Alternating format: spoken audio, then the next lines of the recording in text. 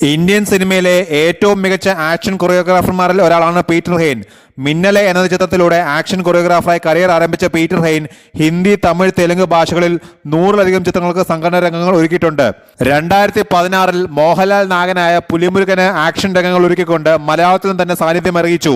Action രംഗങ്ങളിൽ മമ്മൂട്ടിയും മോഹൻലാലും പെർഫോം ചെയ്യുന്നത് വ്യത്യസ്തമായിട്ടാണെന്ന് പീറ്റർ ഹെയ്ൻ പറഞ്ഞു.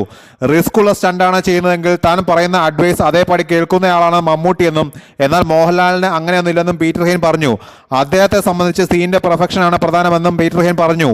ചെയ്യുന്ന ആക്ഷൻ സീനുകൾ പെർഫെക്റ്റ് ആക്കാൻ വേണ്ടി എത്ര വലിയ റിസ്ക്കും എടുക്കാൻ തയ്യാറായിട്ടുള്ള നടനാണ് മോഹൻലാൽ എന്നും ഏറ്റവും അവസാനം സീൻ നന്നായാൽ മാത്രമേ അദ്ദേഹത്തിന് സംതൃപ്തിയാവുകയുള്ളൂ എന്നും പീറ്റർ ഹെയ്ൻ പറഞ്ഞു.